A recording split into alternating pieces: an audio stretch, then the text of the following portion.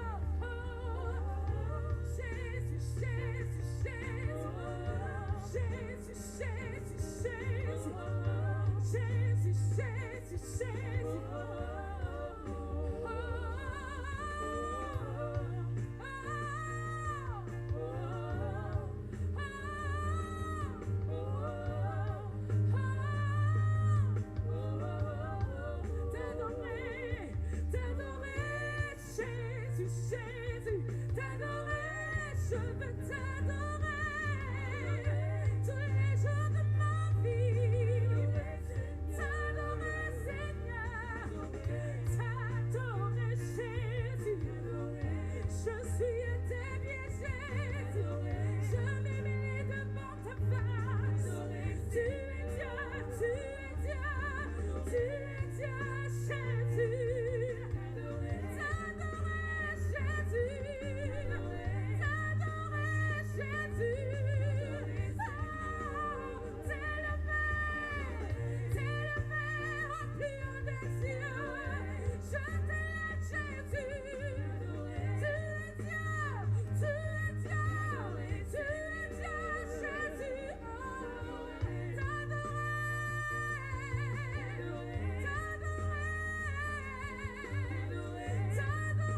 Seigneur.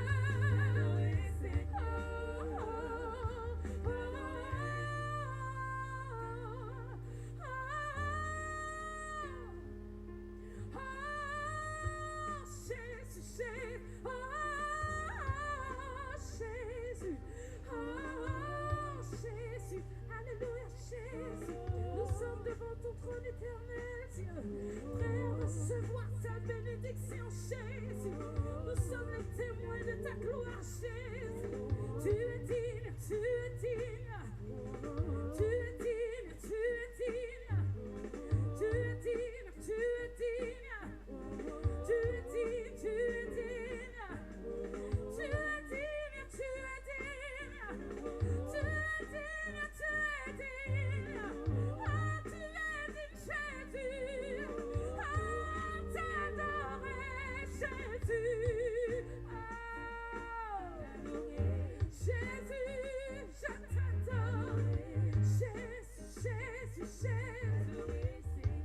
Au plus haut des cieux, t'adorer.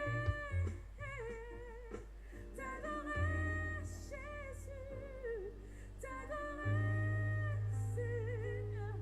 T'adorer, Seigneur. Jésus. Alléluia. Jésus. Alléluia.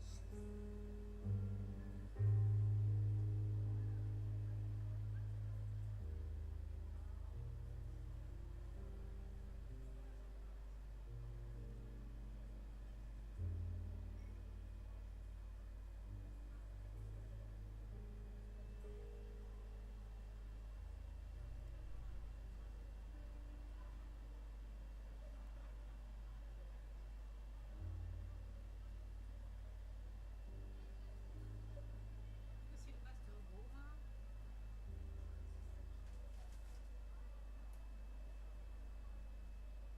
Bonsoir. Ce soir, nous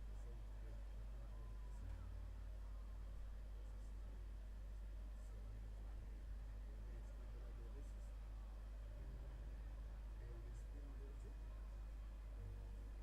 Adorer. Est-ce qu'on peut l'adorer vraiment? J'ai pas entendu. Est-ce que tu veux l'adorer vraiment? Ah oui.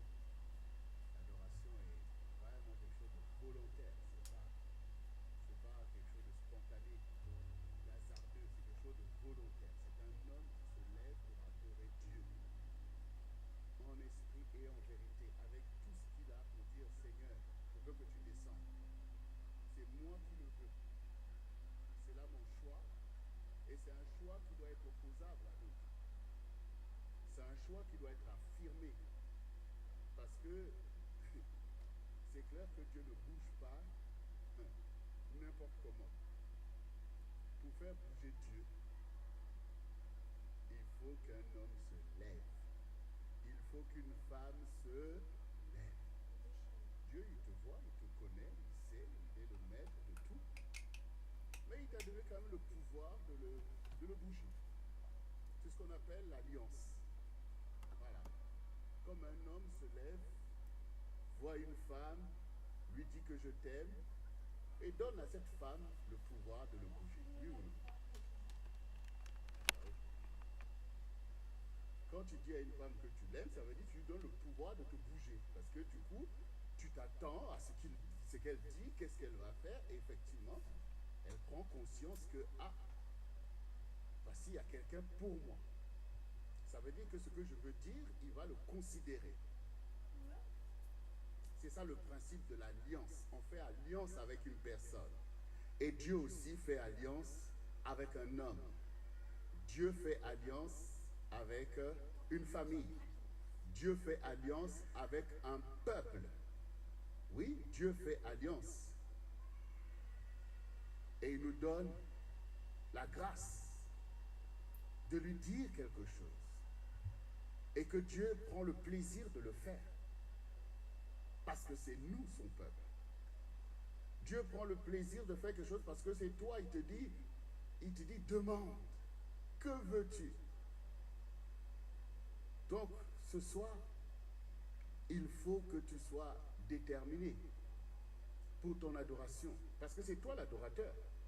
Dieu est l'adoré et toi, tu es l'adorateur. Les deux ont une importance. Parce que Dieu, en tant qu'adoré, veut être adoré, effectivement. Et c'est toi qui manifeste cette puissance qu'on appelle l'adoration. Une puissance à laquelle Dieu ne peut pas être indifférent. Parce que c'est de l'adoration. C'est ce qu'il y a de plus important sur la terre. C'est de l'adoration. Nous voyons bien la relation entre Dieu et Abraham. C'est une relation d'adoration. C'est une alliance d'adoration. Dieu, en tant que l'être, le seul qui soit adorable. Voilà, c'est le seul qui soit adorable. Et nous savons aussi qu'il y en a un autre qui a toujours voulu être adoré comme Dieu, mais qui n'est pas adorable du tout. Et donc il use de beaucoup de stratagèmes et de manigances pour se faire adorer. Et il y en a beaucoup qui tombent dans ce panneau et qui tombent dans ce qu'on appelle de l'idolâtrie. Mais nous, toi, tu as reçu la grâce de connaître qui est le seul qui soit adorable. Parce que tu es un petit Christ. Et comme Christ a résisté à Satan, qui dit, regarde, tous ces royaumes et leur gloire, ça m'appartient, adore-moi et je te donne tout ça. Et que le Seigneur a dit, arrière de moi, Satan. Car il est écrit, tu adoreras le Seigneur lui seul et tu lui voueras un culte. Et toi, en tant que disciple de Jésus-Christ, tu es celui qui sait que seul ton Dieu, seul l'Éternel, seul Jésus-Christ est digne de recevoir l'adoration. Une fois que tu as établi cette vérité, il faut maintenant que tu rentres dans le cœur de l'adoration. Ça veut dire quoi adorer mon Dieu? Ça veut dire quoi? On l'adore avec quoi? Dans l'Ancien Testament, nous voyons que les enfants d'Israël ont adoré Dieu avec des sacrifices, des offrandes. Ils ont sacrifié des holocaustes, voyez, ont sacrifié des animaux, toutes ces choses pour adorer, pour lui donner gloire et que le Seigneur soit là. Mais aujourd'hui, nous savons que même toutes ces choses ne se sont pas révélées dignes de l'adoration dont ils méritent. Et la seule adoration qui est exemplaire, qui est véritable, c'est l'adoration consentie par Jésus-Christ de Nazareth, qui a marché dans une crainte totale de Dieu, qui a résisté à l'esprit du monde, c'est-à-dire qu'il n'a jamais péché. Et il s'est incarné comme le seul agneau, l'agneau de Dieu, l'agneau pur, sans tache, sans défaut, et qui a été immolé à la croix de Golgotha. Voici le sacrifice qui a satisfait Dieu. Voici le sacrifice qui a fait de lui notre Seigneur et notre Sauveur. Parce que par ce sacrifice, la gloire de Dieu a été restaurée. La colère de Dieu a été déviée. Dieu a été satisfait dans ses exigences de sainteté et de pureté. Et nous, l'Église, nous sommes là pour pouvoir suivre l'exemple. C'est pour ça qu'il est dit que tu dois être un sacrifice de bonne odeur pour ton Dieu. C'est ta vie que tu sacrifies. Jésus n'a pas sacrifié un bouc qu'il a élevé ou un bœuf ou un agneau dans son troupeau. Il n'a pas sacrifié ni comme Caïn, ni comme Abel. Il s'est sacrifié lui-même pour son Dieu. Et donc, dans l'Église, nous connaissons le chemin de l'adoration, de la vraie adoration que Dieu recherche, c'est-à-dire un esprit qui lui soit agréable. Un homme, une femme qui fasse sa volonté. Que tu sois la lumière du monde et le sel de la terre. C'est une vie consacrée, sacrifiée à la gloire de Dieu. Parce que le Seigneur dit dans le livre de Jérémie qu'il est celui qui accomplit le droit, la justice et la bonté sur la terre. C'est ça ce qu'il aime, c'est de manifester la justice sur la terre. Or, pour qu'il y ait justice, il faut des instruments de cette justice-là. Et les instruments de cette justice, c'est nous, l'Église du Seigneur. Quand nous nous mettons à part pour Dieu, quand nous nous levons pour faire sa volonté, nous devenons ces sacrifices de bonne odeur. Quand on met le feu, et ce feu céleste qui consume ta vie, c'est-à-dire que tu n'existes plus pour le monde en fait. Tu n'es plus en train de marcher pour tes propres désirs, mais tu es là pour faire la volonté de Dieu. Parce qu'un holocauste est consumé par le feu. C'est-à-dire que l'offrande disparaît et ça devient une odeur dans les narines de Dieu. Et Dieu veut des vies qui lui soient consacrées. Parce que l'adoration, c'est ce que tu peux offrir de ce que tu as de plus important. Alors, nous voyons comment le peuple d'Israël a adoré. Dieu a souvent évalué ses adorations et les a trouvées légers. Quand Jésus s'est mis devant le tronc,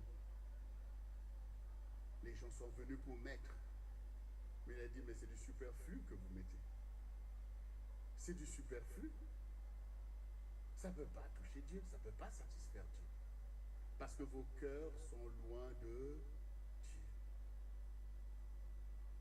Il faut du cœur pour Dieu. Il faut faire avec le cœur pour Dieu. Ton cœur doit appartenir totalement à ton Dieu. Il doit en disposer. C'est Dieu qui doit disposer les sentiments de ton cœur. Les pensées au-dedans de toi. C'est quand Dieu est capable maintenant, quand par le Saint-Esprit, tu deviens un instrument dans la main de Dieu. Que Dieu te tourne de telle ou telle manière pour faire sa volonté. Alors tu l'adores. Alors tu es cet holocauste. Tu es cette offrande de bonne odeur devant ton Dieu. Parce que le Seigneur dit, vos pensées ne sont pas mes pensées. Donc ce qui intéresse le Seigneur, c'est d'accomplir sa pensée, sa volonté sur la terre. Parce qu'il est roi des rois et seigneur des seigneurs. Ce qui l'intéresse, c'est d'éclairer l'humanité.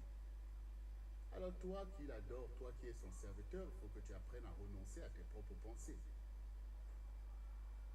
Sinon, comment tu vas dire que tu l'adores? Comment tu vas dire que tu es son disciple? Parce que le disciple ne marche pas pour ses propres pensées, ni pour ses propres désirs. Un disciple, il poursuit la volonté de son maître. Il vit pour son maître. Ce soir, c'est important que ton adoration atteigne son objectif. C'est pour ça que je t'ai posé la question si tu voulais l'adorer. Parce qu'on peut se rassembler aussi pour tout un tas de raisons. On peut se dire que bon, en tant que chrétien, on se rassemble pour prier, demander des choses à Dieu, parler entre nous et tout. Voilà. Mais si on est venu pour l'adorer, donc notre objectif doit être clair. Et nous devons tous poursuivre cet objectif parce que le Seigneur, quand il vient, il nous sanctifie. Il va commencer à écarter des pensées qui ne sont pas à sa gloire. Il va commencer à ôter les positionnements qu'il indigne pour faire de nous un peuple saint devant lui. Afin que l'adoration prenne, afin que le Seigneur accepte notre sacrifice, et que nous puissions recevoir une visitation totale. C'est ça qui est important. Et l'adoration produit une vraie communion entre le Seigneur et son peuple.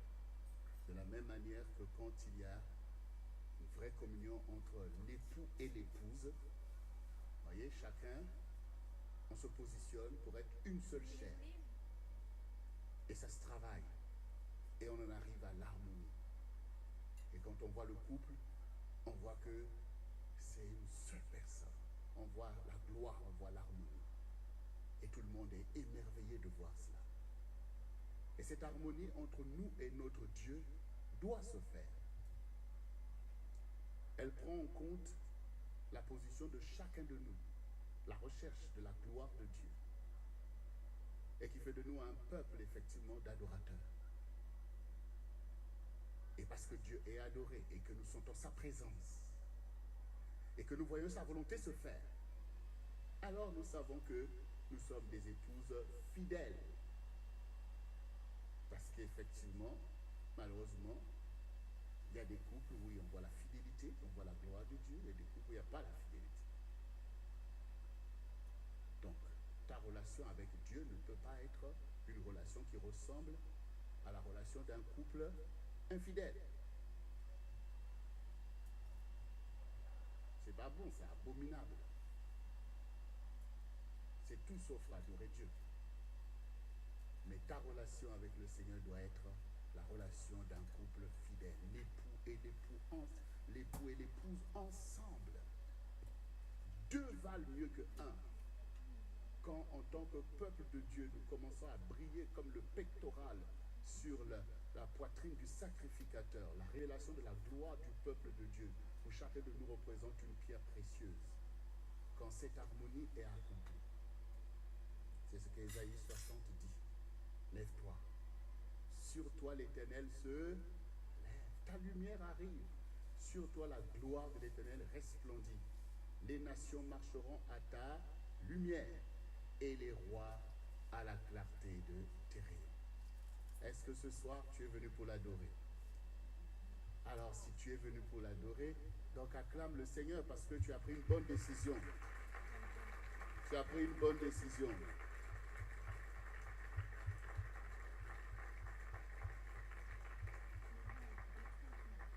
Tu as peut-être retardé tes vacances pour être là. Parce qu'il y en a qui sont déjà en vacances. Bon, on n'a rien contre les vacances. Beaucoup sont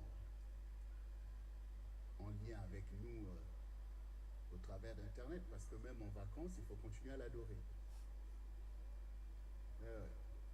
Parce que là-bas, pour les vacances, Dieu est là, Satan est là aussi. Parce que les vacances peuvent être un temps propice pour le diable, pour emmener toutes sortes de choses. Mais l'adorateur, il se garde, il veille à rester dans la pensée de Dieu et dans la volonté de Dieu. Alors, vous qui êtes en vacances, merci de continuer à être ces vrais adorateurs, parce que Dieu, il veut marcher. Il se lève sur l'adorateur. Ceux qui l'adorent en esprit et en vérité. Et nous sommes un peuple d'adorateurs par l'unité de la foi et par le même zèle dans l'adoration. Dieu veut un peuple. Ce n'est pas chacun pour soi. Et c'est pour ça que nous nous réunissons souvent pour prier, pour louer ensemble, pour servir Dieu ensemble. Parce que nous sommes un peuple d'adorateurs. Amen. Tout à fait, vous êtes là? Et oui, la louange aussi, c'est de l'adoration. C'est tout ça. L'adoration, c'est toute une vie. On a compris, non? C'est toute une vie, l'adoration. C'est ta vie qui adore. C'est ta vie qui adore. C'est ta vie qui adore.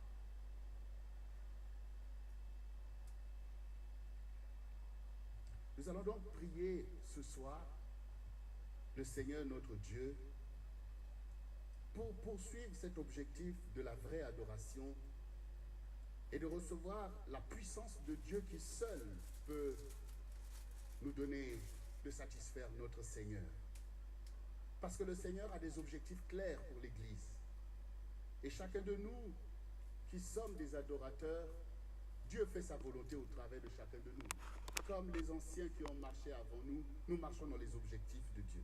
Alors nous allons nous appuyer sur, toujours sur les lettres adressées aux églises au travers de ces 7 lettres que le Seigneur Jésus lui-même a envoyées pour positionner l'Église. Et nous allons aujourd'hui nous appuyer sur la lettre écrite à l'ange de l'Église d'Éphèse. C'est dans Apocalypse 2 et je vais faire la lecture à partir du verset 1. Écrit à l'ange de l'Église d'Éphèse. Voici ce que dit celui qui tient les 7 étoiles dans sa main droite, celui qui marche au milieu des 7 chandeliers d'or. Je connais tes œuvres, ton travail et ta persévérance. Je sais que tu ne peux supporter les méchants, que tu as éprouvé ceux qui se disent apôtres et qui ne le sont pas, et que tu les as trouvés menteurs,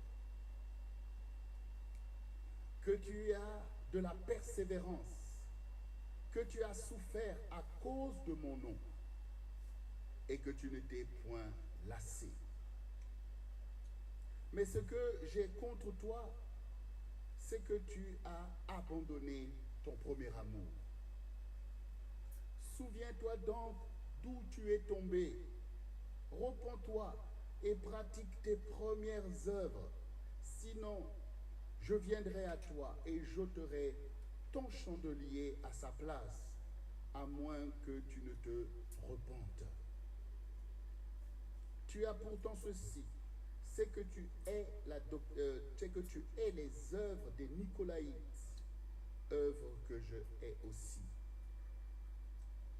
Que celui qui a des oreilles entende ce que l'Esprit dit aux églises.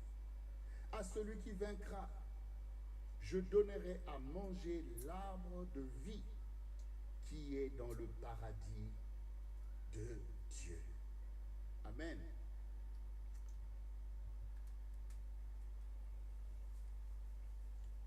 Voici celui qui tient les 7 étoiles dans sa main droite, celui qui marche au milieu des 7 chandeliers d'or. Nous avons déjà eu l'occasion de dire, ici, les 7 étoiles, ici, ce sont les anges affectés et destinés à chacune des 7 églises auxquelles le Seigneur s'adresse, et les 7 chandeliers sont ces églises-là. Et pour ceux qui étaient là, pour ceux de la muraille, nous avons prié pour le chandelier du centre du réveil chrétien, qui doit s'établir puissamment dans les nations. Parce que le chandelier est celui qui éclaire. Et nous sommes là pour éclairer notre génération. Et le Seigneur marche au milieu de cette chandelier, il marche au milieu de l'Église. Parce qu'il règne, parce qu'il veille, parce qu'il surveille, parce qu'il travaille, parce qu'il agit. Il est notre souverain sacrificateur. C'est lui qui nous sanctifie, c'est lui qui nous purifie. Il est aussi notre berger, c'est lui qui nous conduit quotidiennement. Donc le Seigneur est présent. Il n'y a pas d'église où le Seigneur n'est pas présent. Cette église-là, elle n'existe pas. Si ce n'est que des préceptes humains, eh bien cette église, elle est morte ou elle est tout simplement perdue. Parce que le Seigneur, au contraire, il marche au milieu de son église, là où se trouve son peuple et ses disciples. Et il ne marche pas pour se promener. Il travaille. Il travaille. Il reçoit nos offrandes, nos prières. Il agit, il répond. Il accomplit la volonté de son Dieu. Il règne pour faire de nous le peuple de Dieu. Il nous révèle l'intention de Dieu, la volonté de Dieu, les lois de Dieu. Il nous révèle ces choses. Et il nous distingue. Il nous distingue du monde. Il nous distingue des méchants. Il nous distingue des idolâtres. Il travaille par le Saint-Esprit. Il est là. Et nous savons qu'il est là. Parce que la preuve d'une église qui appartient au Seigneur, c'est bien par le fait que Dieu te reprend, il te recadre, et que tu vois que tu n'es pas là pour faire ta volonté. C'est comme dans une famille, quand les parents sont là et qu'ils veulent assumer leur rôle, je crois qu'ils font un travail pour pouvoir conduire leurs enfants. Mais quand ils ne sont pas là, les enfants sont livrés à eux-mêmes, ça se voit. Ça se voit par leur vie, par leur aventurisme, ça se voit en fait, par le désordre, ça se voit quand il n'y a pas d'autorité, quand il n'y a personne qui peut reprendre, quand il n'y a personne sur qui tout le monde doit se focaliser. Mais l'église du Seigneur, où Dieu dévoile le péché, où Dieu enseigne, où Dieu fustige des mauvais comportements, alors nous sommes bénis parce qu'on sait que celui qui marche au milieu de 7 chandeliers d'or est là. L'église où il y a la révélation, parce que l'ange ici qui incarne la révélation de Dieu, hein, c'est cette église où la révélation est là, où le réma de Dieu est là, où nous ne sommes pas là en train de nous raconter des histoires, mais que nous voyons que la pensée de Dieu est présente par l'esprit de prophétie qui agit, par la révélation qui agit. Voilà, c'est cette église-là qui est bénie. Comme là, cette église d'Éphèse, parce que le Seigneur est là. Et donc, ils sont là et ils entendent tout ce que le Seigneur est en train de dire au travers de l'apôtre Jean. Et ça fait plaisir d'entendre quand le Seigneur dit « Je connais tes œuvres, ton travail, ta persévérance. Je sais que tu ne peux supporter les méchants. » Ah, le Seigneur voit notre persévérance. Le Seigneur voit notre travail. Le Seigneur voit que nous n'aimons pas l'injustice, nous n'aimons pas les méchants. Le Seigneur le voit. Parce qu'au quotidien, quand tu fais ces choses, peut-être que tu as l'impression que personne ne voit. Quand tu es là en train de persévérer dans telle chose pour l'avancement de l'œuvre, peut-être que tu penses que personne ne voit. Peut-être que tu dis, mais je fais tout ça, mais là, je n'ai pas eu ceci. Est-ce que Dieu même me voit? Tu dis, je vois ta persévérance. Ça veut dire quoi la persévérance? Si ce n'est pas parce que nous tenons bon dans l'épreuve. C'est parce que nous tenons bon dans l'épreuve. Quand toi tu as l'impression que Dieu ne m'a pas répondu, Dieu ne m'a pas fait, mais est-ce que Dieu va annuler ta persévérance? Comment se mesure la persévérance? Est-ce que nous sommes persévérants quand nous disons Seigneur donne-moi ceci, on l'a, Seigneur fais ceci, on est persévérant? On persévère sur les choses auxquelles on croit. Et ta foi est importante pour Dieu. Elle doit se manifester. Elle doit se manifester. C'est par tes épreuves, c'est par tes challenges. Voilà. C'est quand Dieu te dit traverse. Traverse, va de l'autre côté, et qu'au milieu du lac ou au milieu de la traversée, que la tempête se lève. C'est là que Dieu est glorifié. C'est là que Dieu voit. Est-ce que tu vas l'adorer ou tu vas commencer toi aussi à maudire Dieu dans tes pensées, dans tes attitudes? Je connais ta persévérance. Je connais tes œuvres, les œuvres de Dieu. Les œuvres de Dieu, les œuvres de ta foi, le bon combat de la foi. Que Dieu ici se glorifie de ça. Je connais ces choses. Je connais. Je connais aussi ton intégrité parce que tu n'aimes pas les méchants, les orgueilleux. Tu ne les aimes pas, ça tombe bien parce que moi aussi je n'aime pas. Dieu voit. Dieu connaît ton œuvre. Dieu connaît l'œuvre du sang du réveil chrétien. Et il se glorifie de notre persévérance. tu as de la persévérance et que tu as souffert à cause de mon nom.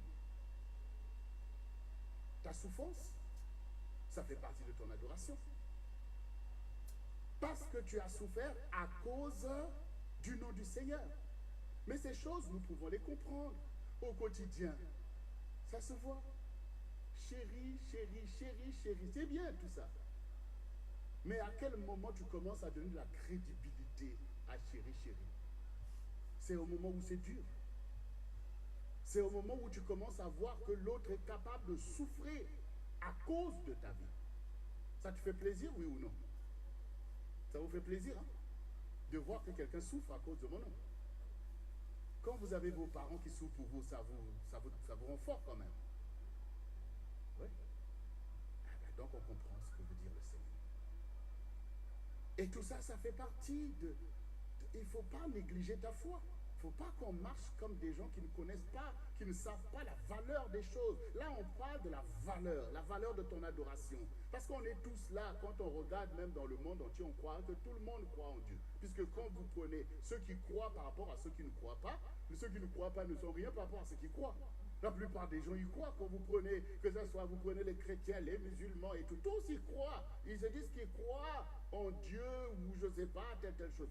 Il y a la foi, les gens ont la foi, ils se projettent et ils font des choses par cette foi. Mais là, je te parle à toi, disciple de Jésus-Christ. Toi qui crois en Jésus-Christ. Toi qui as reçu le nom de Jésus et qui a la révélation que Jésus est Dieu. Donc, tu crois au vrai Dieu. Mais est-ce que tu sais que la valeur de ta foi, la valeur de ton sacrifice, de ton adoration devant le Seigneur, quand le Seigneur se réjouit que tu as souffert à cause de mon nom?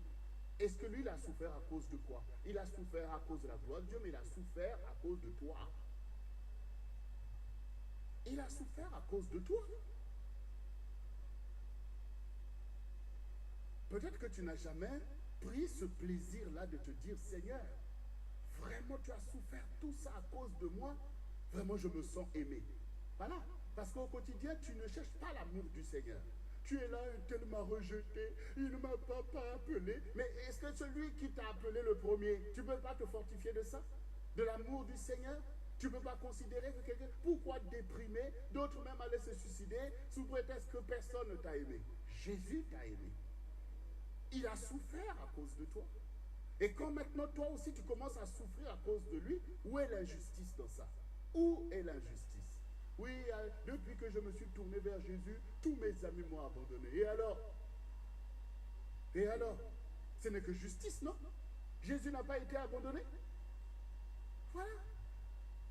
Il va falloir commencer maintenant à marcher dans ta consécration. Mais oui. C'est pour ça que Jésus disait à ses disciples, je ne suis pas venu emmener la paix, je suis venu emmener la guerre. Pourquoi? Parce que quand vous allez me choisir, la guerre va éclater. Mais parce que les gens sont dans l'esprit du monde. Les gens sont dans le péché, manipulés par Satan. Donc ils n'accepteront pas la sainteté de Dieu. Donc il y aura la guerre. Il y aura du rejet.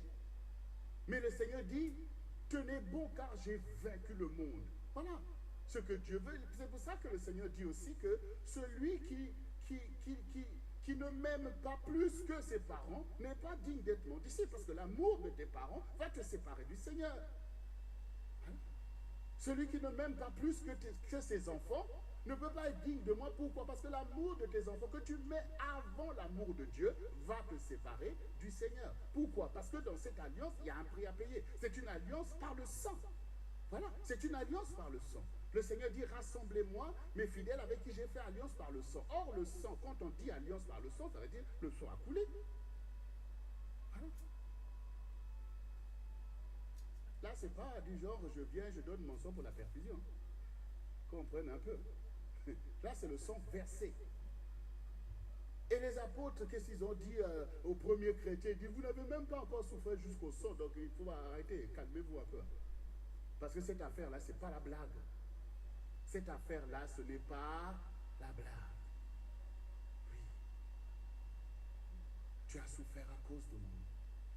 C'est la valeur de notre adoration, de notre engagement. Nous lui donnons nos vies. Et nous sommes dans la joie de, comme Paul dit, j'achève les souffrances de Christ. C'est une gloire pour nous. Parce que nous portons le nom du Seigneur. Dans le chant que nous chantons, nous qui aimons le gospel, Glory, Glory, Alléluia, on dit que tu as donné ta vie pour sauver,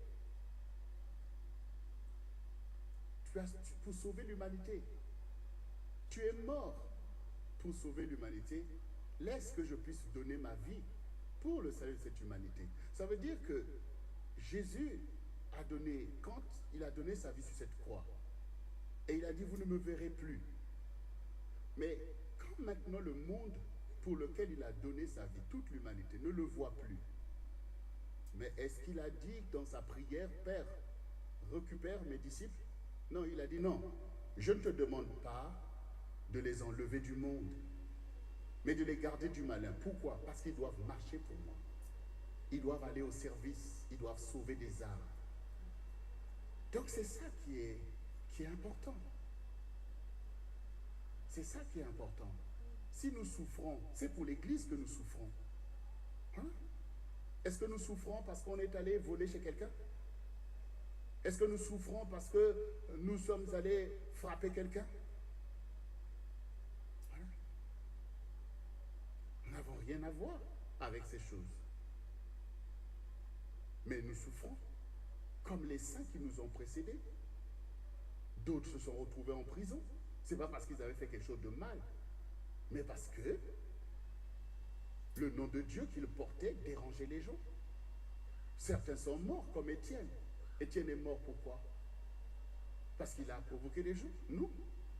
Parce qu'il a dit la vérité, que Jésus est Dieu. Et il a été lapidé, il est mort. Il est mort.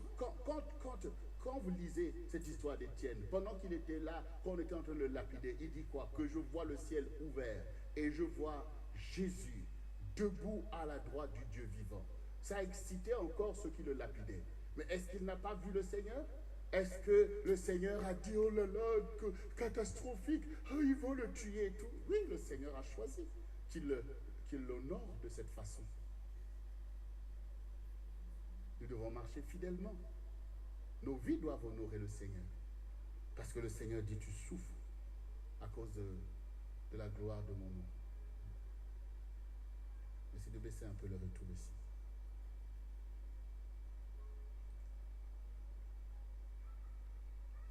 Et tu ne t'es point lassé. Voilà. La lassitude peut t'avoir. La lassitude peut atteindre ta persévérance. Or, ta persévérance glorifie Dieu. Or, le Seigneur dit à celui qui vaincra. Ta persévérance te permet de triompher. La lassitude peut arrêter ta persévérance. Voilà. Il faut faire attention. Parce que quand on regarde dans l'histoire des 10 vierges, c'était quoi leur problème? C'était quoi leur challenge? Qu'est-ce qui est devenu un piège pour les vierges folles? C'était que l'époux tardait. L'époux tardait.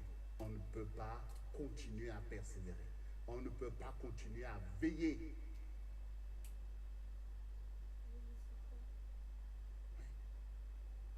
Nous sommes l'Église, ça veut dire quel est le challenge de l'Église? Est-ce que nous disons Maranatha? Oui, Seigneur, mais en même temps, nous sommes aussi dans la connaissance de la prophétie. Nous sommes aussi dans l'accomplissement de la parole. Nous ne pouvons pas seulement dire viens Seigneur sans avoir du zèle pour accomplir les temps prophétiques. Est-ce que tu comprends? Dieu veut accomplir les temps prophétiques. On ne peut pas dire viens et que l'histoire ne soit pas accomplie.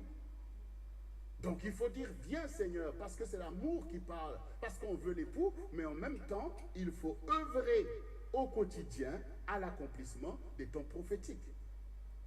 La grâce doit agir. La grâce doit agir. La miséricorde doit surabonder au milieu d'une génération dans le péché. Les âmes doivent être sauvées. Voilà. Parce que dire viens Seigneur ne veut pas dire voilà, tous ces gens-là on les laisse périr et puis prends-nous. Non. Il a dit je ne te demande pas de les ôter du monde, mais de les garder du malin parce qu'ils ont un travail à faire. Mais le Seigneur dit au contraire, priez le maître de la moisson afin qu'il y ait beaucoup d'ouvriers dans le champ. Nous sommes là pour moissonner le champ du Seigneur. Et c'est pour ça que nous souffrons aussi. pour moissonner. Pourquoi? Parce que la moisson doit être engrangée dans la bonne saison. La moisson doit être engrangée parce que les temps ne sont pas éternels. Ils sont fixés. Et le zèle de ta maison, notre zèle pendant le temps de la grâce qui est donnée, le disciple et tout disciple accompli sera comme son maître. De la même manière que le maître a manifesté un zèle sur la terre pour rendre son ministère. Pendant 3 ans, il a fait des choses que quand nous lisons, nous avons l'impression qu'il a vécu peut-être 120 ans pour faire toutes ces choses, pour guérir tous ces malades, pour visiter toutes ces choses. Non, c'est en 3 ans qu'il l'a fait. Et il a montré l'urgence. Il dit, celui qui n'amasse pas avec moi, disperse. Il faut que nous travaillions au salut des âmes, à travailler fidèlement, à ne pas être corrompus par l'orgueil de notre propre vie ou par nos propres objectifs. Mais nous devons marcher avec le Seigneur. Or, le Seigneur dit qu'on ne s'est pas lassé. Et béni soit le Seigneur, parce qu'au CRC, nous, on ne se lasse pas. Pourquoi? Parce que, comme le Seigneur dit, je connais ta persévérance. La persévérance, c'est ce qui permet que chacun de nous puisse y arriver. Chacun a reçu des dons et des talents. Peut-être que d'autres ont reçu 5, d'autres ont reçu 3, 2, peut-être 1. Mais la persévérance, c'est la même pour nous tous. Par la persévérance, certains des derniers seront les premiers. La persévérance est une qualité incontournable pour servir le Seigneur, parce que tu ne pourras jamais te mesurer à ce qu'est Dieu. Tu ne sais que par ta persévérance que tu peux atteindre le niveau qu'il t'appelle, où il t'appelle. C'est que par ta persévérance. Tu ne peux pas le faire parce que tu es intelligent. Vous voyez, c'est pas comme à l'école, on te donne, oh, je connais bien les maths, tu fais, et puis on voit que oh, tu as 20 sur 20. Ouais, mais avec le Seigneur, c'est ta persévérance. Voilà. Parce qu'il t'appelle dans son admirable lumière.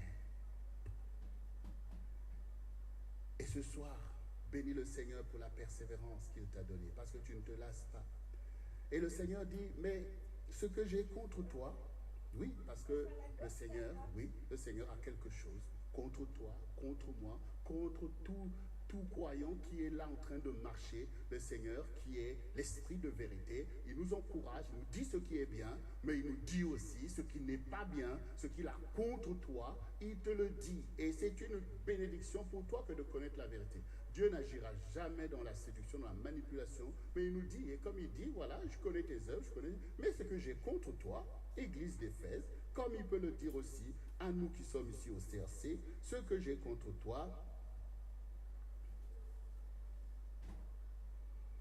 c'est que tu as abandonné ton premier amour. Ça veut dire que même dans la persévérance, l'amour peut se tiédir. C'est-à-dire, on commence à faire avec murmure. On ploie sous le joug. C'est dur. Ah, vraiment. Et donc, là où avant c'était l'enthousiasme de l'amour. Alléluia. Oh maître, parle Seigneur. Tu veux ça Seigneur? Voyez, parce que c'est l'amour qui réjouit. Voilà, je crois que nous connaissons aussi ces choses-là, même dans le couple. Vous pouvez voir qu'on est toujours là, on est toujours ensemble, mais on voit que le premier amour a disparu. C'est maintenant des choses, on fait, on parle maintenant d'une certaine manière, tiens, oui, c'est cela et tout. Donc, il n'y a plus véritablement la joie, parce que c'est comme si on est forcé d'être là. Et ça crée quand même un sentiment désagréable. Voilà. Ce n'est plus tout feu, tout flamme. Maintenant, on est là, tiens, même on commence à, même à la table maintenant, chacun est recroquevillé sur son assiette.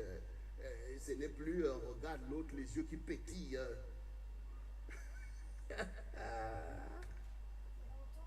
C'est qu'on perd le premier amour. Et le Seigneur est contre ça. Le Seigneur est contre le fait de perdre ton premier amour. Pourquoi? Parce que depuis le début, les choses ont été claires. Le Seigneur t'a dit clairement les choses. Donc, et le Seigneur n'est pas en train de changer son amour vis-à-vis de toi. Donc, le Seigneur n'admet pas que toi aussi tu changes ton intention. Avant, tu t'es levé. Oui, Seigneur, je veux te servir. Je veux faire tout pour toi. Quand on écoute tous les chants que nous répétons, nous chantons ces chants. Seigneur, je veux faire tout pour toi. Écoutez les chants que vous chantez. Hein. Passons des paroles. C'est pas chanter, on n'est pas des cigales, mais c'est les paroles. On proclame la parole. Écoute bien les chants que tu dis au Seigneur. Parce que Dieu ne prend pas des paroles en vain. S'il te demande sur la base de ça, toi qui me chantes que Seigneur, je te donne ma vie, je ferai tout pour toi. Quand j'écoute parfois certains morceaux, je dis, mais vraiment, il faut bien réfléchir. Ce serait bien de faire comme on chante. Ce serait bien d'être comme ça, parce que c'est l'amour. L'amour n'est pas limité. C'est bien. Je ne dis pas que ces chants-là, où nous proclamons notre amour, Seigneur, je te donne ma vie. Le chant comme « Je n'ai pas peur de te suivre sur le chemin de la croix. Et pour mon bonheur suprême, je connais, j'aime ta foi. » C'est magnifique. C'est magnifique, ça doit être comme ça. Ça doit être comme ça. Il faut incarner ça, il faut être dans ça. Donc ça, c'est l'amour qui parle. C'est l'amour. Et quand nous regardons bien dans l'église, les gens ont fait ça. Les gens ont donné leur vie, ils ont accepté de mourir pour la... Donc, c'est ça que nous devons incarner. Donc, c'est ça qui maintient l'amour. Ça veut dire que, oui, c'est dur, mais c'est pour l'amour du Seigneur. Béni soit le nom du Seigneur. Ça, c'est ça le premier amour. Seigneur, je n'ai pas changé. À ton égard, tu es toujours mon champion, tu es toujours my everything. My everything. Tu es toujours, ça ne change pas, Seigneur. Que tu me donnes ou que tu ne me donnes pas, que tu prennes ou que tu reprennes, tu es toujours my everything. Ton premier amour.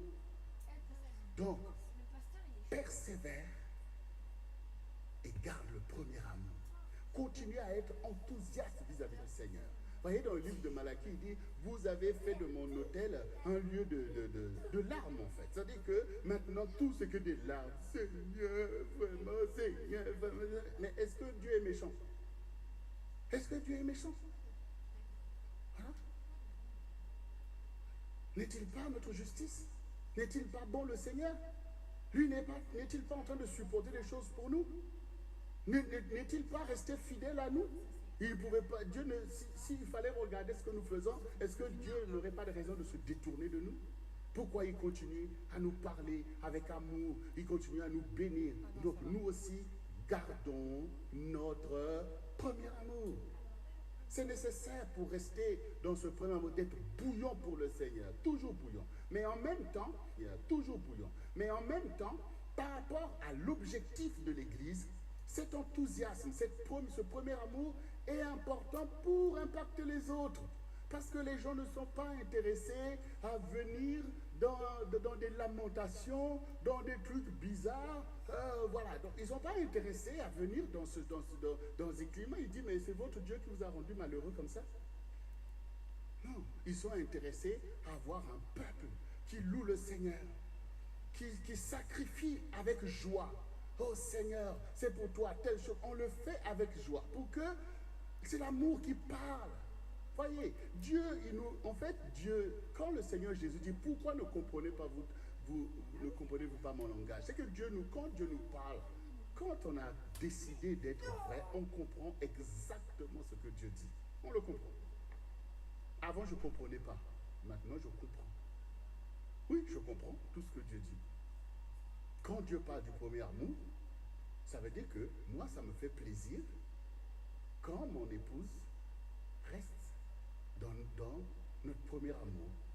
Voilà. Quand elle était là, qu'elle kiffe sur moi, qu'elle a confiance en moi, ça me fait plaisir. Ça me fait plaisir de rester dans cette dimension. Voilà, je ne m'imagine pas dans autre chose, dans quelque chose comme si... non, ça me fait plaisir. Donc, je comprends quand Dieu me demande à moi le premier amour. Et au quotidien, je dois travailler à maintenir cette flamme. Vous voyez, la flamme de l'amour vis-à-vis de lui donner gloire, de lui dire, tu es mon bienfaiteur, Seigneur, tu es dans tout ce que tu fais, tu es merveilleux. Je dois lui donner, il le mérite. Et c'est vrai, il le mérite. Il le mérite. Comme mon épouse pense que je mérite tout son amour. Voilà. Elle n'est pas déçue. Elle n'est pas en train de chercher autre chose ou de penser qu'il y aurait... Non, elle est satisfaite, elle est comblée, donc elle est là vraiment chérie, chérie, chérie. Ça me fait plaisir. Donc je comprends que ça fasse plaisir si je garde mon premier amour vis-à-vis de lui. Oui, le Seigneur dit, ce que vous voulez pour vous, c'est ce qu'il faut vouloir aussi pour ton prochain. Donc, je comprends ce que dit. Et ce soir, toi aussi, tu comprends. Tu comprends pourquoi Dieu ne veut pas la tiédeur.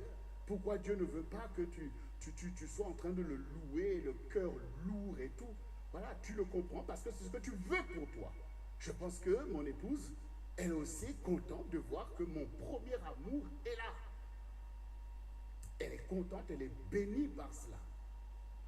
Toi aussi, tu veux le premier amour. Pour ceux qui sont mariés, bien sûr, ou ceux qui sont fiancés.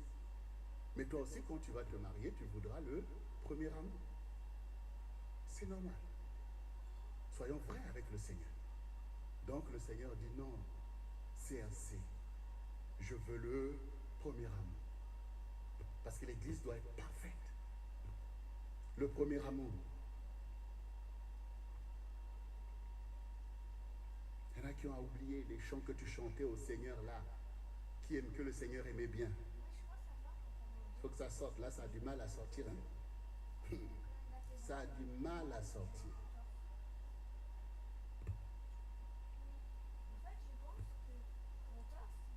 Alors le Seigneur dit, souviens-toi d'où tu es tombé. Ça dit, souviens-toi comment c'était au début. Souviens-toi, parce que, voyez, quand on est là, au quotidien, on devient un peu amnésique. On a oublié en fait comment les choses étaient, comment on était avec Dieu, comment la communion et tout ça. Donc là, le Seigneur te délivre de l'amnésie pour que tu te souviennes. Ah oui, ah mais attends, mais c'est vrai qu'avec le Seigneur, j'étais, oulala, c'était fort, collé, serré avec lui. Voilà, comme ça tu vas te rappeler, comme ça tu vas comprendre de quoi Dieu parle. C'est de ce premier amour-là.